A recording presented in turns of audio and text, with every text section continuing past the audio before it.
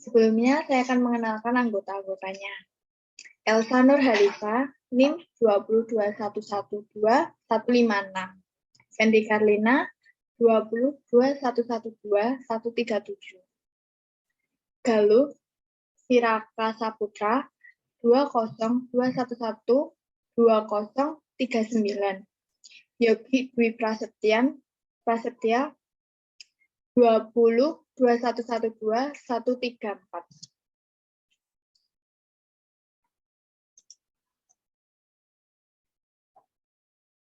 Di sini saya akan mempresentasikan dengan materi keseimbangan ekonomi dua sektor.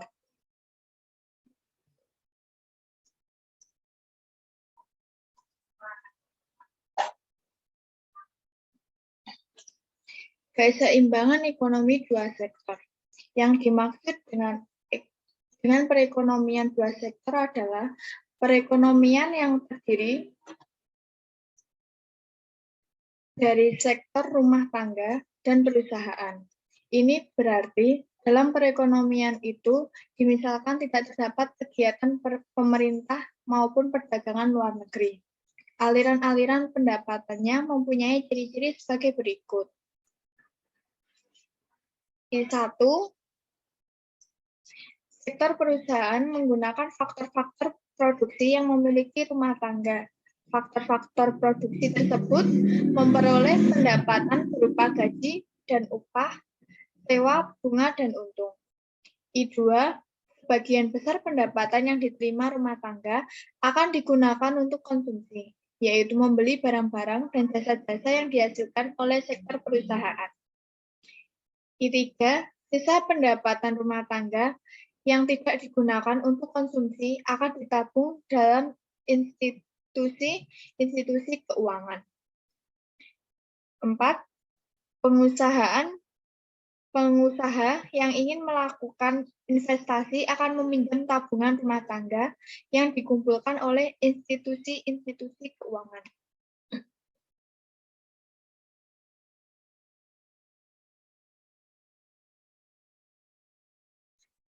Hubungan antara konsumsi dan pendapatan. Terdapat beberapa faktor yang menentukan tingkat pengeluaran rumah tangga secara seunit, kecil atau dalam keseluruhan ekonomi. Yang terpenting adalah pendapatan rumah tangga. Contohnya ada di tabel 4.1. Dalam kolom 1 ditunjukkan berbagai tingkat pendapatan disposable yang mungkin diterima oleh suatu rumah tangga. Dengan dalam kolom 2 ditunjukkan berbagai jumlah pengeluaran konsumsi yang akan dilakukan oleh rumah tangga tersebut. Jumlah tabungan atau kelebihan pendapatan juga melakukan pengeluaran konsumsi yang akan dilakukan oleh rumah tangga pada berbagai tingkat pendapatan yang mungkin diterimanya. Ditunjukkan dalam kolom 3. Ciri-ciri yang terdapat di tabel 4.1. I1, pada pendapatan yang rendah rumah tangga mengorek tabungan. Pada waktu rumah tangga tidak memperoleh pendapatan, yaitu pendapatan disposable adalah 0. Dalam kurung Y besar, Y kecil, sama dengan 0.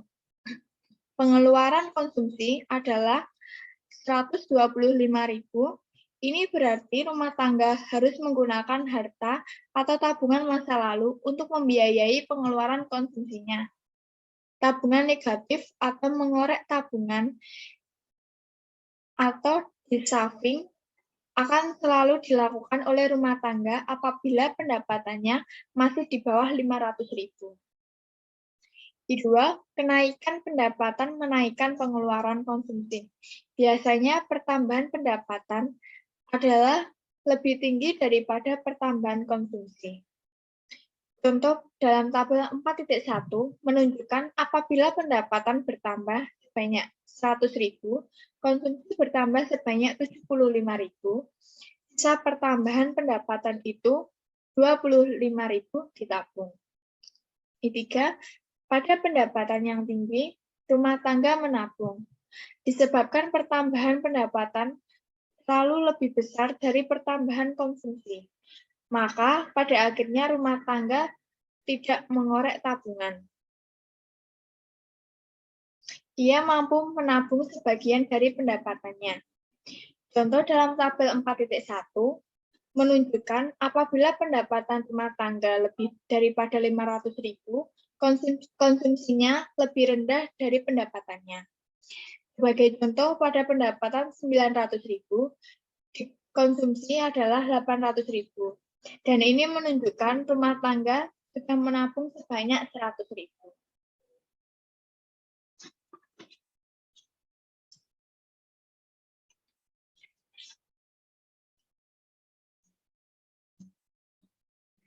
Kecondongan mengkonsumsi dan menabung. Definisi kecondongan mengkonsumsi. Konsep kecondongan mengkonsumsi perlu dibedakan menjadi dua pengertian, yaitu kecondongan mengkonsumsi marginal dan kecondongan mengkonsumsi rata-rata. Definisi dari arti setiap konsep ini adalah I1, kecondongan mengkonsumsi marginal atau secara ringkas selalu dinyatakan sebagai MPV berasal dari istilah Inggris, marginal propensity to consume. Dapat didefinisikan sebagai perbandingan di antara pertambahan konsumsi atau delta C yang dilakukan dengan pertambahan pendapatan disposable atau delta Y besar D kecil yang diperoleh. Nilai MPC dapat dihitung dengan menggunakan formula. MPC sama dengan delta C per delta Y besar D kecil. I2, kecondongan mengkonsumsi rata-rata atau secara ringkas selalu dinyatakan sebagai APC berasal daripada istilah Inggris, Average Propensity to Consume. Dapat didefinisikan sebagai perbandingan di antara tingkat konsumsi atau C dengan tingkat pendapatan disposable ketika konsumsi tersebut dilakukan Y besar D kecil. Nilai APC dapat dihitung dengan menggunakan formula APC sama dengan C per Y besar D kecil.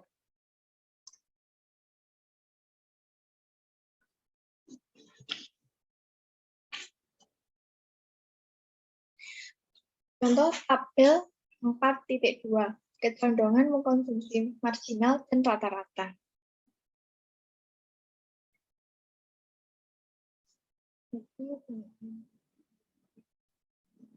Dalam contoh 1, digambarkan pendapatan disposable dalam kolom 1. Selalu bertambah sebanyak 200.000, misalnya dari 400.000 menjadi 600.000. Dan ini mengakibatkan konsumsi yang ditunjukkan dalam kolom 2 juga senantiasa bertambah sebanyak 150.000 dari 450.000 menjadi 600.000. Maka MPC yang ditunjukkan dalam kolom 3 adalah 0,75 dan ini dibuktikan oleh perhitungan berikut. MPC sama dengan delta C per delta Y besar D kecil sama dengan 150.000 per 200.000 sama dengan 0,75.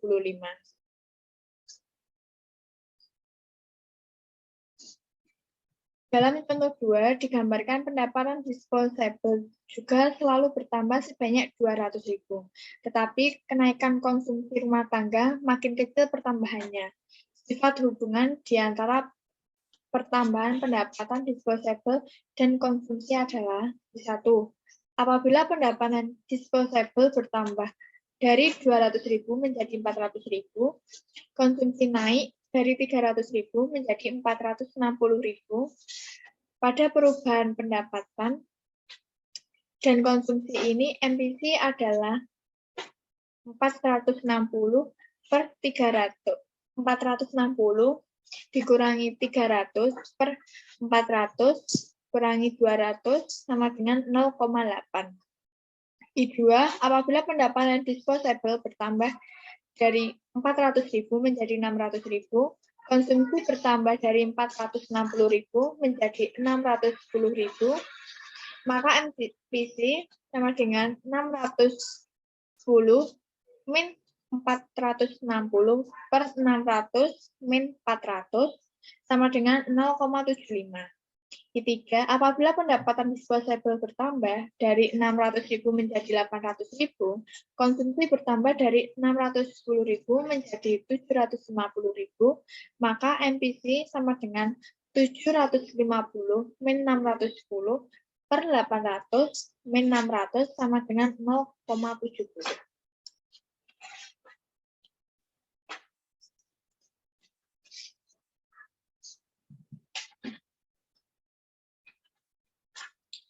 B. Definisi kecondongan menabung. Konsep kecondongan menabung juga perlu dibedakan kepada dua istilah.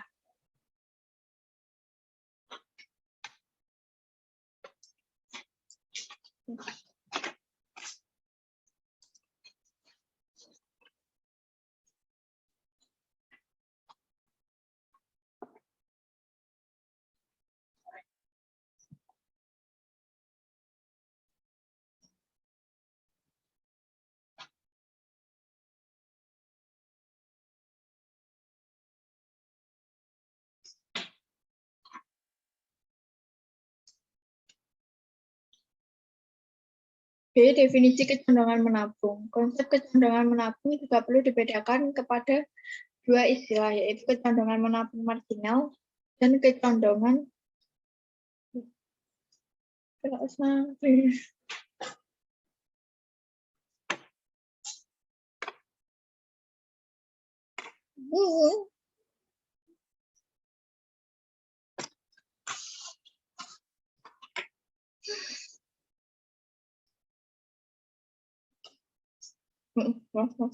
pas.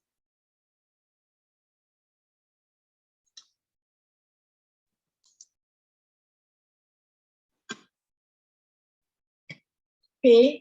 Definisi kecondongan menabung. Konsep kecondongan menabung juga perlu dibedakan kepada dua istilah, yaitu kecondongan menabung marginal dan kecondongan menabung rata-rata. Definisi masing-masing konsep tersebut adalah seperti yang diterangkan di bawah ini. I1, kecindingan menabung marginal, atau secara ringkas, MPS. Dari perkataan marginal propensity to save dapat didefinisikan sebagai perbandingan di antara pertambahan tabungan atau delta S dengan pertambahan pendapatan disposable atau delta Y besar D kecil. Nilai MPS dapat dihitung dengan menggunakan formula. MPS sama dengan delta S per delta Y besar D kecil. I2, kecondongan menabung rata-rata atau secara ringkas APS dari perkataan average propensity to save menunjukkan perbandingan di antara tabungan atau S dengan pendapatan disposable Y besar D kecil. Nilai APS dapat dihitung dengan menggunakan formula. APS sama dengan S per Y besar D kecil.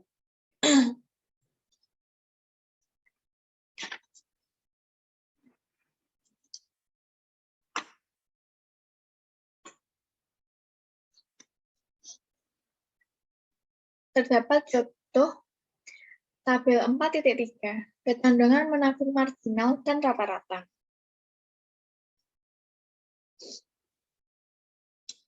Satu, apabila pendapatan disposable bertambah dari 200.000 menjadi 400.000, tabungan berubah dari min 100.000 menjadi min 60.000, maka MPS sama dengan min 60 dikurangi min 100 per 400 min 200 sama dengan 40 per 200 sama dengan 0,20.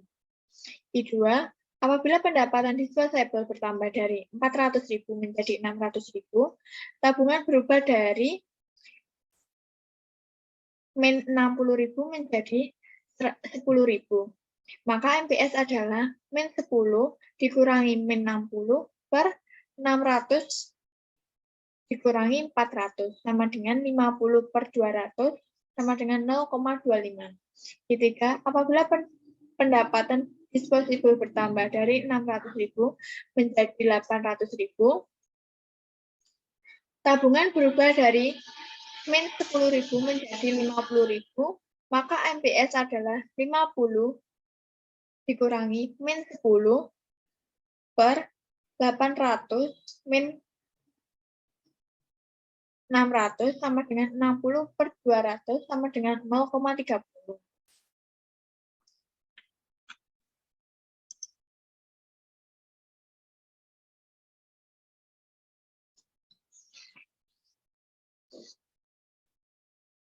Fungsi konsumsi dan tabungan. Dalam analisis makroekonomi, yang lebih penting bukanlah melihat konsumsi dan tabungan suatu rumah tangga, tetapi melihat kepada konsumsi dan tabungan semua rumah tangga dalam perekonomian. Pengeluaran konsumsi dari semua rumah tangga dalam perekonomian dinamakan, seperti telah dinyatakan sebelum ini, konsumsi agregat, dan semua tabungan rumah tangga dalam perekonomian dinamakan tabungan agregat. Untuk menunjukkan kelakuan rumah tangga dalam perekonomian dalam melakukan konsumsi dan tabungan, analisis makroekonomi selalu melihat ciri-cirinya dengan menghubungkan dua variabel tersebut dengan pendapatan nasional. Ciri-ciri fungsi konsumsi dan tabungan.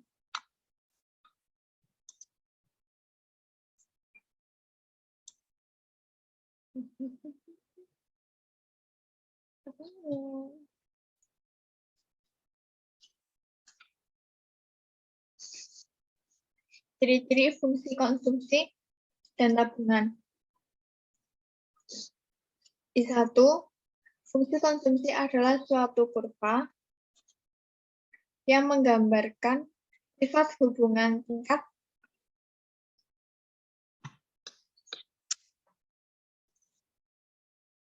menghubungkan tingkat konsumsi rumah tangga dalam perekonomian dengan pendapatan nasional atau pendapatan disposable perekonomian tersebut. I2, fungsi tabungan adalah suatu kurva yang menggambarkan sifat hubungan di antara tingkat tabungan rumah tangga dalam perekonomian dengan pendapatan nasional atau pendapatan disposable perekonomian tersebut.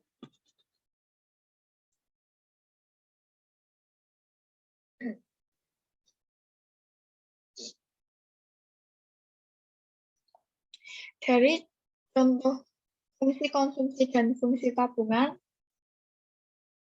yaitu terdapat di gambar 4.1. Oke.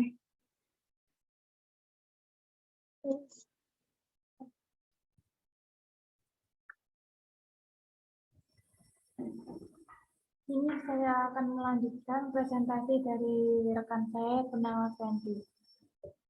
Investasi penanaman modal. Arti investasi adalah penanaman modal atau pembentukan modal merupakan komponen kedua yang menentukan tingkat pengeluaran agregat.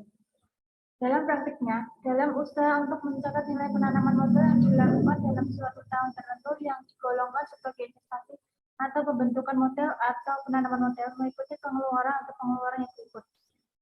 1. Pembelian berbagai jenis barang modal, yaitu mesin-mesin dalam peralatan produksi lainnya untuk mendirikan berbagai jenis produksi dalam perusahaan. 2. Pengeluaran untuk mendirikan rumah tempat tinggal, bangunan kantor, bangunan pabrik, dan bangunan-bangunan lainnya. 3. Bertambahan nilai stok barang-barang yang belum terjual, bahan mentah, dan barang yang masih dalam proses produksi pada akhirnya tahun perhitungan pendapatan nasional.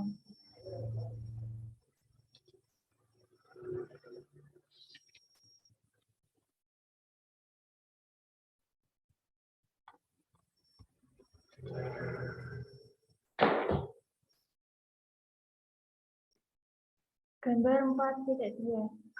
Efisiensi modal marginal.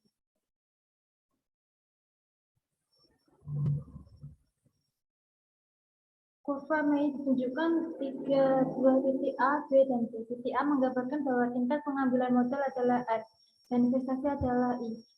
Ini berarti titik A menggambarkan bahwa dalam perekonomian dapat dilakukan kegiatan investasi yang akan menghasilkan tingkat pengambilan modal sebanyak R atau lebih tinggi, dan untuk mewujudkan investasi tersebut modal yang diperlukan adalah sebanyak I.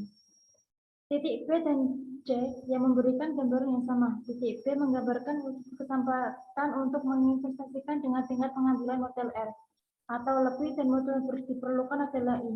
Dan titik C menggambarkan untuk mewujudkan usaha yang menghasilkan tingkat pengembalian modal sebanyak R atau lebih, diperlukan modal sebanyak I.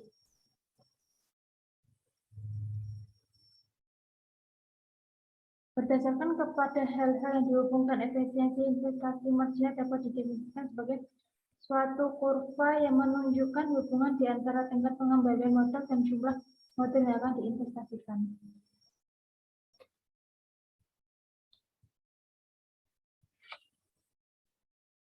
Gambar 4.3.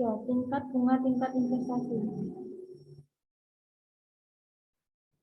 adalah I. Apabila suku bunga adalah R, diperlukan modal sebanyak 1 untuk mewujudkan investasi yang punya tingkat pengembalian modal R atau lebih. Dengan demikian, pada suku bunga sebanyak R, investasi akan dilakukan adalah sebanyak I.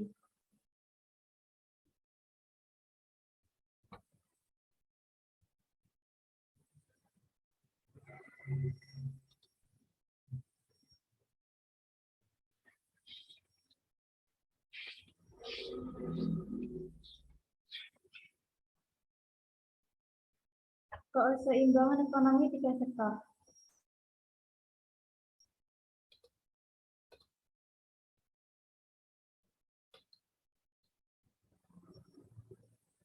Keseimbangan ekonomi tiga sektor.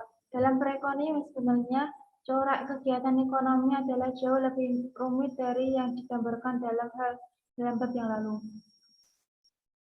Untuk memberikan gambaran lebih mendekat kepada keadaan sebenarnya, dalam bab ini akan dianalisis keseimbangan pendapatan nasional dalam perekonomian tiga sektor. Yang diartikan dengan perekonomian tiga sektor adalah perekonomian yang terdiri dari sektor-sektor berikut: rumah tangga, perusahaan, dan pemerintah. Aliran pendapatan dan pengeluaran. Campur tangan pemerintah dalam perekonomian akan menimbulkan tiga jenis aliran baru dalam sirkulasi aliran pendapatan.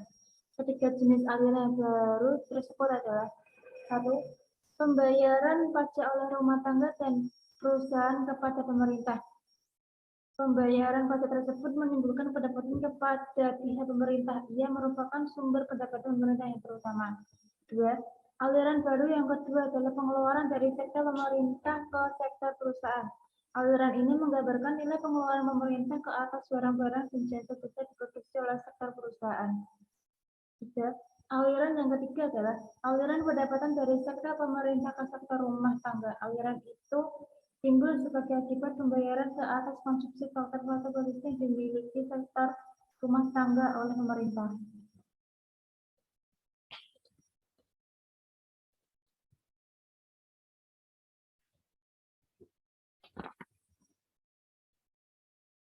Gambar 5.1. Sirkulasi aliran pendapatan perekonomian tiga sektor. Pada gambar tersebut adalah pemerintah menerima pendapatan berupa pajak dari perusahaan dan rumah tangga. Pendapatan tersebut akan digunakan untuk pembayaran gaji dan untuk pegawai dan untuk membeli barang-barang dan jasa. Pendapatan yang diterima rumah tangga akan digunakan memenuhi tiga kebutuhan: membayar dan membiayai pengeluaran konsumsi, disimpan sebagai tabungan, dan membayar pajak pendapatan rumah tangga. Dalam persamaan, Y sama dengan C plus F plus T. Dalam menggambarkan tersebut, tetap dimisalkan bahwa tabungan rumah tangga dipinjam oleh lembaga keuangan kepada para pengusaha yang menanam modal. Pengeluaran agar telah menjadi tambah banyak jenisnya, yaitu di samping pengeluaran konsumsi dan investasi, sekarang termasuk pula pengeluaran pemerintah.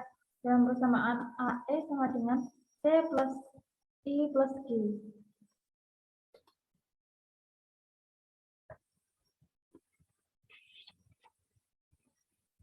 Pajak langsung dan pajak tak langsung.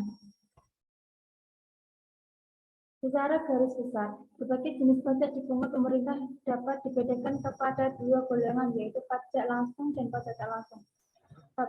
Pajak langsung. Pajak langsung berarti jenis pungutan pemerintah yang secara langsung dikumpulkan dari pihak yang wajib membayar. 2.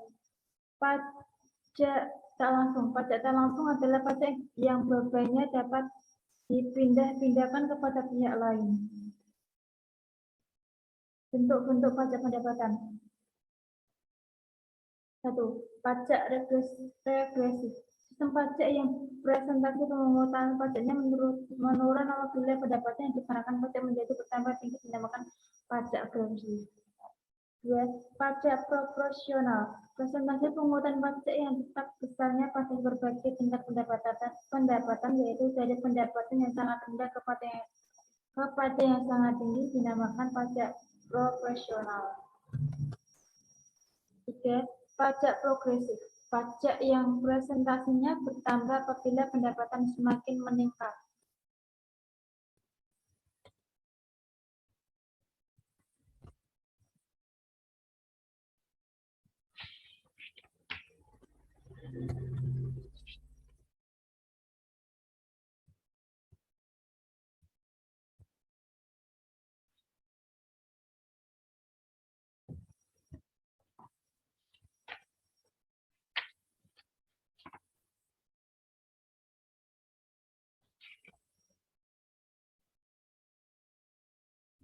Pengeluaran pemerintah. Pajak yang akan diterima pemerintah akan dianggap untuk membiayai berbagai kegiatan pemerintah. Di negara-negara yang sudah sangat maju, pajak adalah sumber utama dari perbelanjaan pemerintah. Sebagai dari pengeluaran pemerintah adalah untuk membiayai administrasi pemerintah dan sebagai lainnya adalah untuk membiayai kegiatan-kegiatan pembangunan.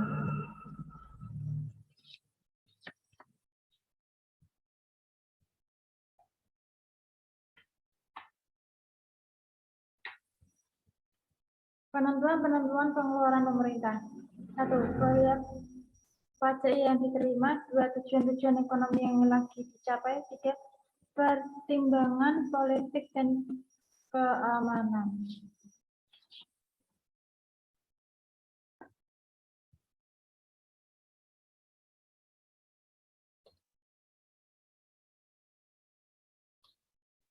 Fungsi pengeluaran pemerintah.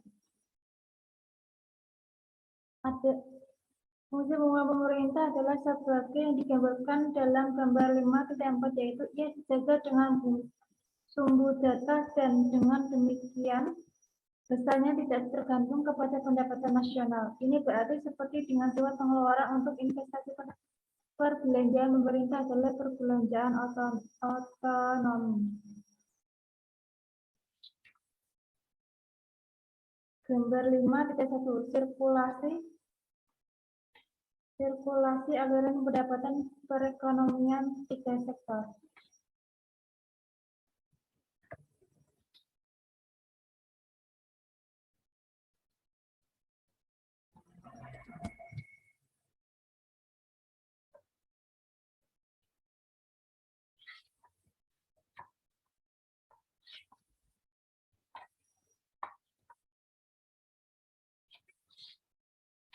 Keseimbangan dalam perekonomian 3 sektor. Uraian mengenai keseimbangan pendapatan nasional dalam perekonomian 3 sektor akan dibedakan dalam 2 keadaan, yaitu 1. Dalam perekonomian di mana sistem pajaknya adalah sistem pajak tetap. 2. Dalam perekonomian di mana sistem pajaknya adalah pajak proporsional. Pajak tetap dan keseimbangan pendapatan. Untuk menetapkan keseimbangan pendapatan nasional dalam perekonomian di mana sistem pajaknya adalah pajak tetap digunakan permisalan runutan ini. 1. Jumlah pajak dan sifat hubungan di antara pendapatan nasional konsumsi dan tabungan. 2. Investasi sektor perusahaan.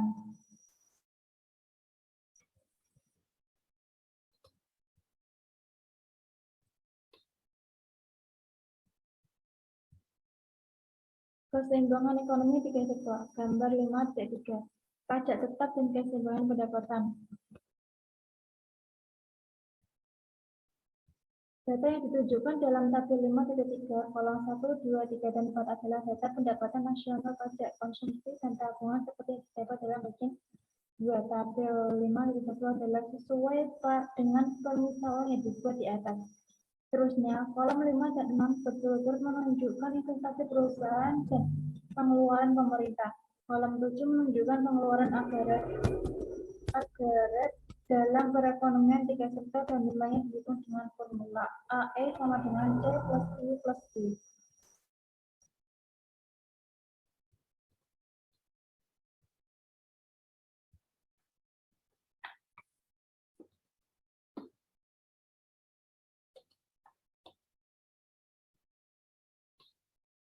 Gambar 5.5, pajak tetap dan keseimbangan pendapatan nasional.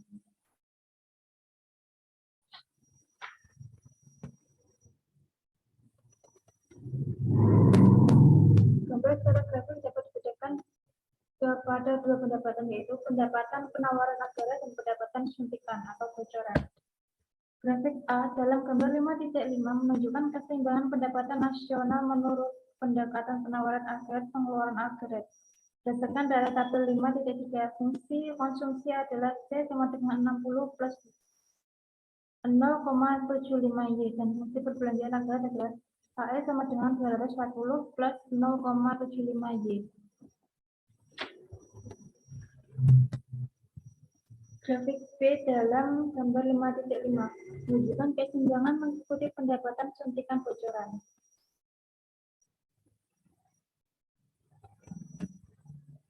Fungsi suntikan adalah I plus G sama dengan 120 plus 60 sama dengan 180 dan fungsi bocoran adalah S plus T. Fungsi bocoran memotong sumbu datar pada Y sama dengan 240. Pada pendapatan nasional ini, Y sama dengan C, maka S plus T harus bernilai 0. Oleh karena Y sama dengan C plus S plus T, maka apabila Y sama dengan C, haruslah S plus T sama dengan 0. Fungsi suntikan C plus I plus Y akan dipotong oleh fungsi bocoran Y sama dengan S plus T. Pada ketika pendapatan nasional mencapai keseimbangan, yaitu pada pendapatan nasional Y sama dengan 960.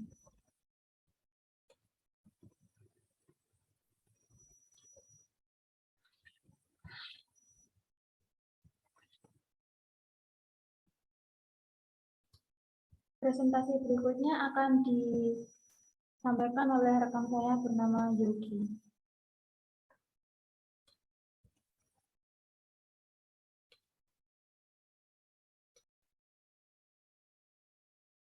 Masalah makroekonomi dan kebijakan fiskal.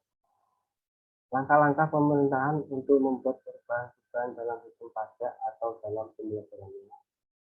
Dalam maksud untuk mengatasi masalah-masalah ekonomi yang dihadapi dinamakan kebijakan fiskal.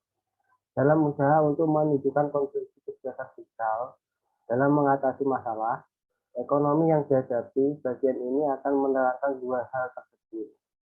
Contoh pertama, 1. Menunjukkan bentuk masalah yang mungkin dihadapi dalam perekonomian. 2. Menerangkan bentuk langkah-langkah kebijakan fiskal dalam mengatasi masalah ekonomi yang dihadapi.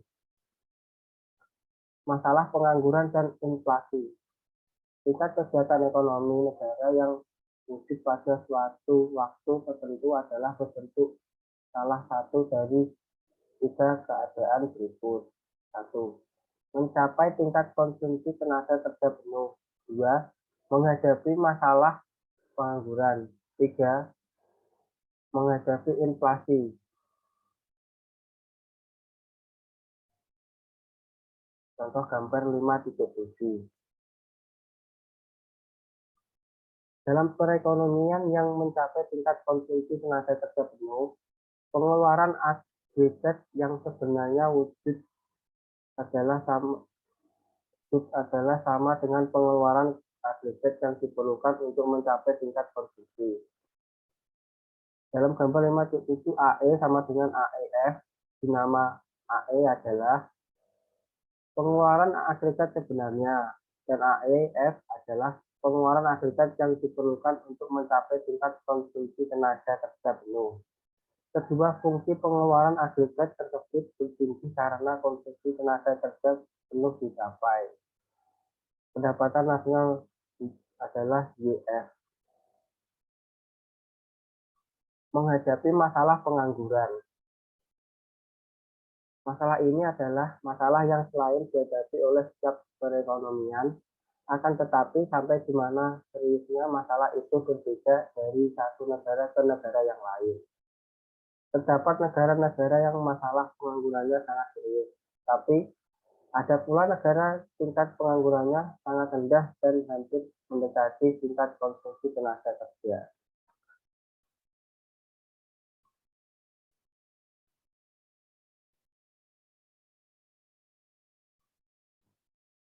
Gambar 5.8 menunjukkan tingkat kegiatan ekonomi yang melebihi tingkat konsumsi tenaga kerja penuh dan berlaku inflasi.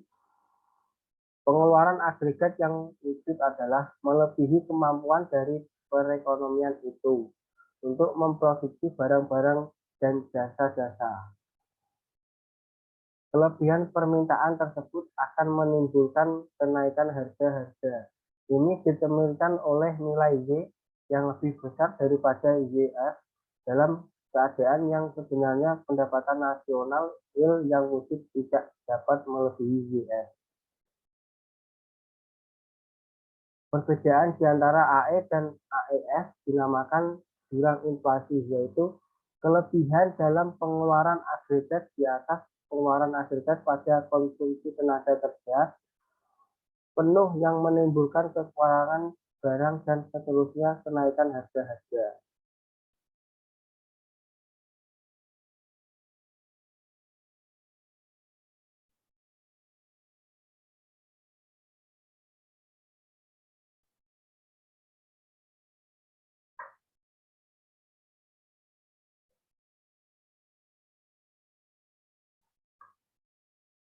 Contoh gambar 5.9. Di dalam grafik itu menunjukkan pengaruh kebijakan fiskal ke atas naik turunnya tingkat kegiatan ekonomi dalam jangka panjang. Kurva A menggambarkan siklus perusahaan, sedangkan kurva B menggambarkan siklus perubahan yang wujud apabila pemerintah secara aktif menjalankan kebijakan fiskal. Dari gambaran yang ditunjukkan oleh kurva A dan kurva B dapatlah disimpulkan bahwa apabila pemerintah secara aktif menggunakan kebijakan anggarannya, belanjanya sebagai alat untuk mempengaruhi tingkat kegiatan ekonomi, maka I masalah depresi dan pengangguran atau I2 masalah inflasi dapat dikurangi seriusannya, dan I3 gerak naik turun siklus perusahaan dapat diperkecil. Berarti kegiatan ekonomi negara berjalan dengan lebih stabil.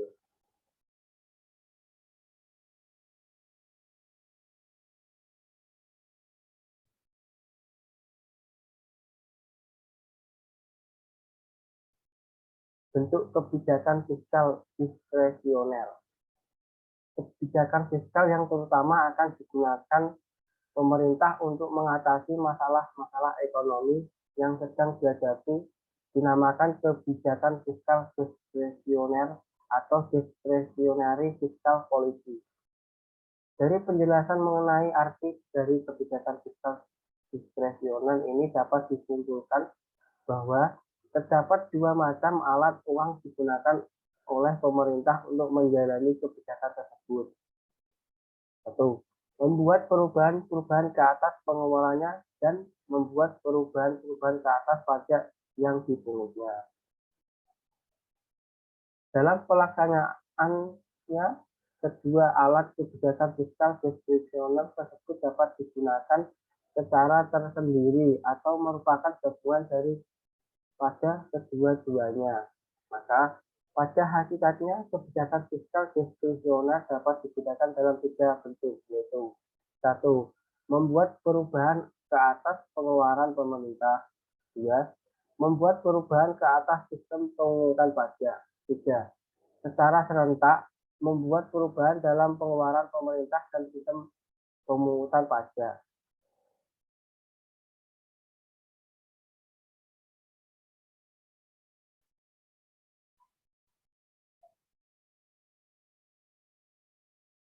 Pengangguran dan kebijakan fiskal. Contoh angka. Pada hakikatnya, terdapat 3 faktor yang akan menentukan besarnya perubahan dalam anggaran belanja. Untuk mengatasi masalah pengangguran atau inflasi yang dihadapi, ketiga itu adalah besarnya perbedaan di antara pendapatan nasional yang sebenarnya dicapai dengan pendapatan nasional yang akan tercapai pada konsumsi tenaga kerja penuh. 2. Bentuk kebijakan fiskal diskresioner yang akan dilaksanakan. 3. Besarnya kecondongan konsumsi marginal pendapatan nasional MPC.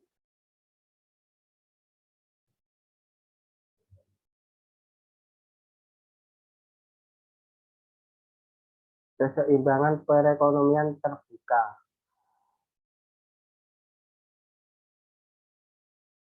Apabila kegiatan ekspor dan impor diperhitungkan dalam penentuan keseimbangan pendapatan nasional, maka analisis mengenai kegiatan ekonomi dalam suatu negara telah sebelumnya menggambarkan keadaan yang sebenarnya wujud dalam realitas. Sirkulasi aliran pendapatan perekonomian terbuka. Perekonomian terbuka atau perekonomian 4 sektor adalah suatu sistem ekonomi yang melakukan kegiatan ekspor dan impor dengan negara-negara lain di dunia ini. Dalam perekonomian terbuka, sektor-sektor ekonomi dibedakan kepada 4 golongan, yaitu 1. Rumah tangga, 2. Perusahaan, 3. Pemerintah, 4. Negara lain.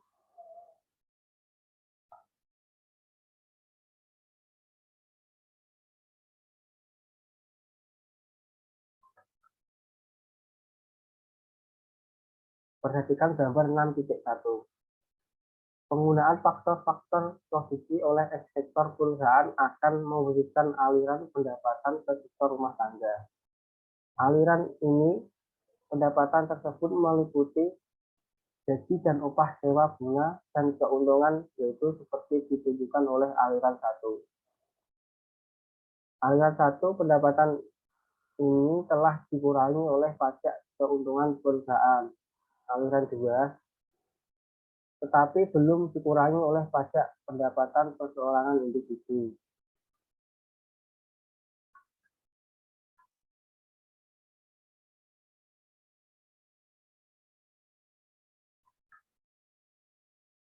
Faktor-faktor yang menentukan ekspor.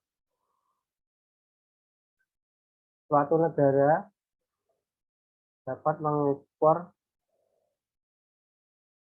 barang produksinya ke negara lain apabila tersebut barang negara lain dan mereka tidak dapat memproduksi barang tersebut atau produksinya tidak dapat melalui keperluan dalam negeri. Faktor yang lebih penting lagi adalah kemampuan dari negara tersebut untuk mengeluarkan barang-barang yang dapat bersaing dalam pasaran luar negeri.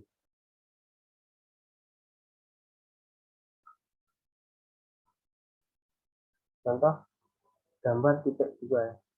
Sesuai dengan cirinya ini, fungsi ekspor adalah seperti yang digambarkan dalam gambar titik 2. Bagian A daripada gambar 6.2 menunjukkan fungsi ekspor.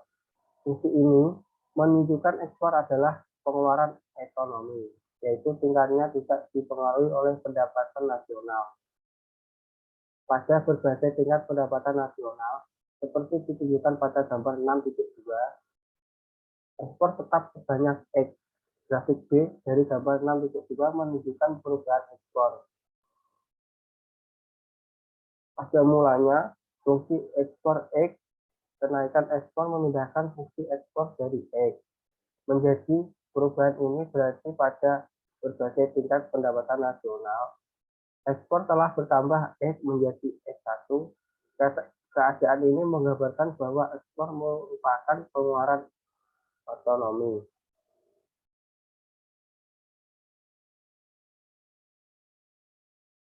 Faktor-faktor yang menentukan impor.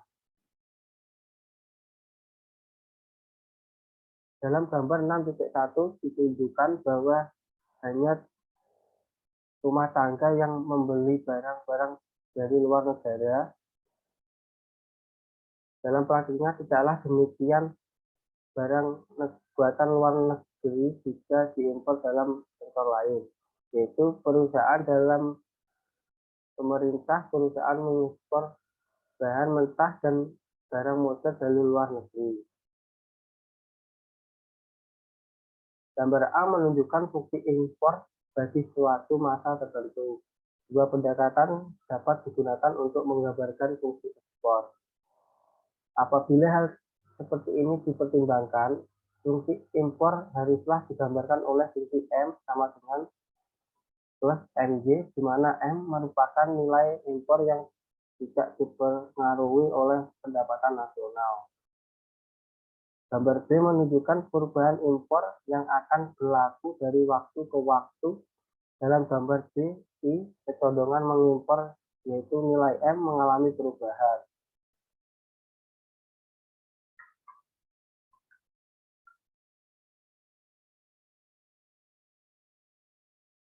Dalam gambar BI2, ditunjukkan perubahan fungsi impor yang sejajar. Perubahan fungsi impor dari M1 menjadi M3 menggambarkan impor menjadi semakin meningkat pada setiap tingkat pendapatan nasional. Sebagai contoh, pada pendapatan nasional Y, impor nilainya telah meningkat dari M menjadi MJ. Contoh dari perubahan seperti ini adalah efek inflasi dalam negeri ke atas impor. Inflasi menyebabkan secara keseluruhan barang muatan dalam negeri menjadi lebih mahal. Ini mendorong masyarakat membeli lebih banyak barang impor. Fungsi impor yang mengalami perubahan dari M1 ke M2 menggambarkan pengurangan impor pada setiap tingkat pendapatan nasional. Misalnya, pada pendapatan nasional Y, impor berkurang dari M2 menjadi M3. Kemampuan suatu negara menghasilkan barang yang lebih baik mutunya merupakan salah satu faktor yang lebih menimbulkan perubahan tersebut.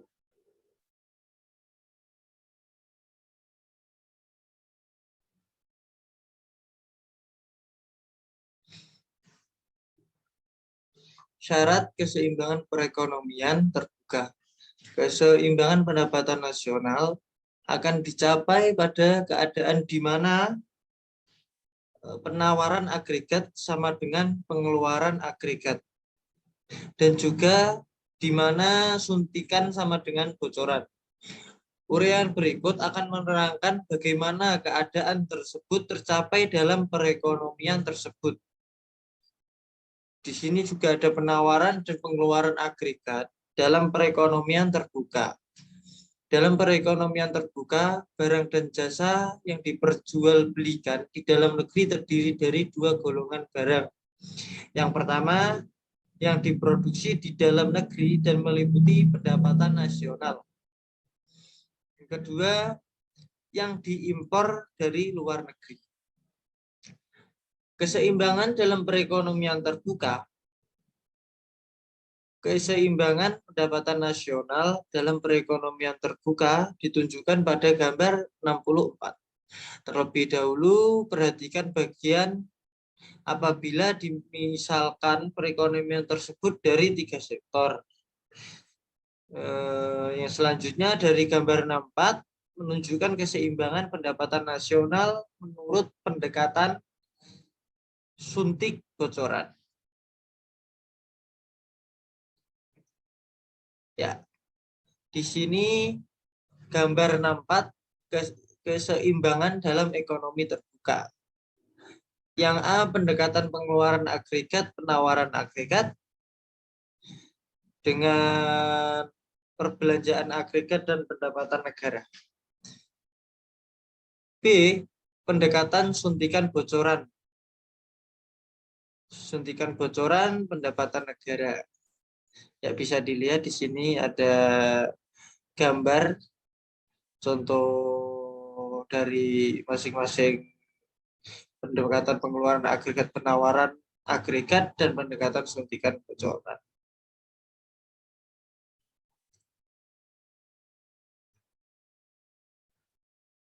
Perubahan-perubahan keseimbangan.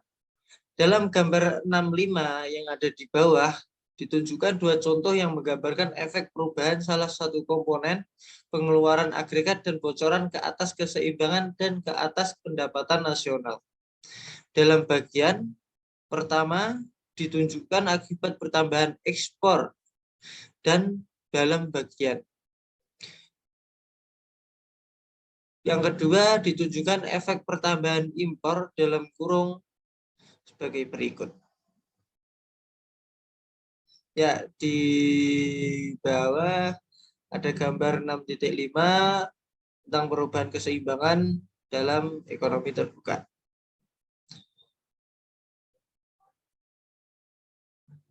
Oke, kita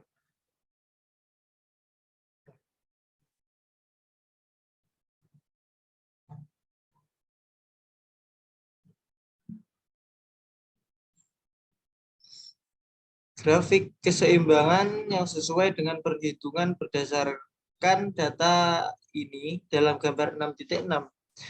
Pertama, ditunjukkan keseimbangan menurut pendekatan penawaran agregat pengeluaran agregat.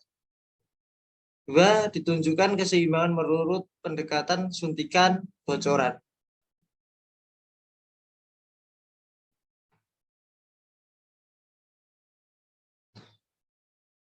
Di sini keseimbangan perekonomian terbuka, dan seperti yang terangkan di atas tadi, gambar 66, keseimbangan perekonomian terbuka, grafik berdasarkan contohnya sebagai berikut.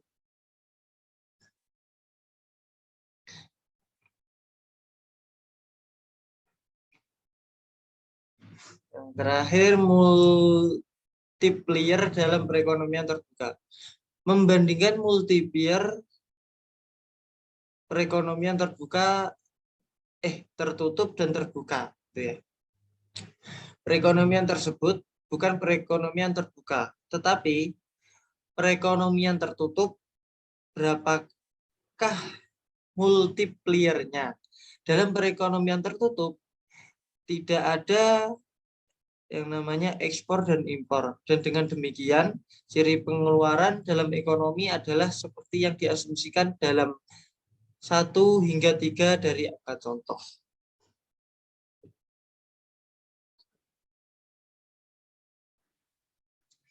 Sekian presentasi dari kelompok kami. Bila ada kesalahan kata, mohon maaf. Dan terima kasih.